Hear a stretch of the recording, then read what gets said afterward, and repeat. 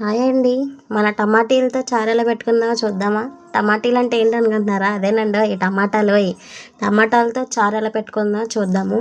ముందుగా ఒక గిన్నెలోని 4-5 టమాటాలు చిన్న పీసుల కింద కోసుకొని తగినన్ని నీళ్ళు పోసుకొని ముందు మరిగించుకోవాలి. టమాటాలు మెత్తగా అయ్యేంత వరకు.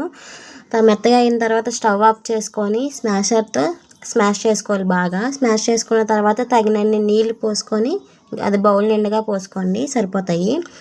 పోసుకున్న తర్వాత అలాగా కొత్తిమీర, చాప్ చేసిన కొత్తిమీర కొంచెం ఎక్కువ వేసుకోండి, టేస్ట్ చాలా బాగుంటుంది కొత్తిమీర వేసుకుంటే. వేసుకున్న తర్వాత పసుపు, చిన్న నిమ్మకాయ సైజ్ అంతా చింతపండు వేసుకొని 2 టేబుల్ స్పూన్ ధనియాల పొడి. చారులోకి ధనియాల పొడి బాగుంటుంది, 2-3 టేబుల్ స్పూన్ అయినా వేసుకోవచ్చు. అలాగే 2 టేబుల్ స్పూన్స్ కల్లుప్పు వేసుకొని మళ్ళీ స్టవ్ మీద పెట్టుకొని మరిగించుకోవాలన్నమాట.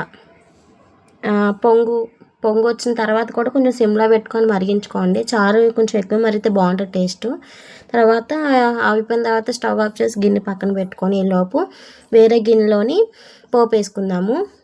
2-3 టేబుల్ స్పూన్ ఆయిల్ వేసుకొని ముందు వెల్లుల్లిపాయలు కచ్చాపచ్చాగా దంచుకొని వేసి ఫ్రై చేసుకోవాలి. తర్వాత ఆవాలు, జీలకర్ర కూడా వేసుకొని బాగా ఫ్రై అయిన తర్వాత ఎండుమిరపకాయలు మనం కారం తగినట్టు. మనం చారులోని పచ్చిమిరపకాయలు వేయలేదు అండి. చారులోకి పచ్చిమిరపకాయల కన్నా పోపులో ఎండుమిరపకాయలు వేసి వేయించుకుంటేనే చాలా టేస్టీగా ఉంటుంది. ఎండుమిరపకాయలు కూడా వేగిపోయిన తర్వాత కరివేపాకు కూడా వేసుకొని బాగా ఫ్రై చేసుకోవాలి. చారులోకి టేస్ట్ ఏంటంటే అండి మెంతులు వేసుకోవాలి. మెంతులు వేసుకుంటే చాలా బాగుంటుంది. వేసుకొని మొత్తం అంతా ఫ్రై అయిపోయిన తర్వాత చారులోకి తిరిగేసుకుంటామే.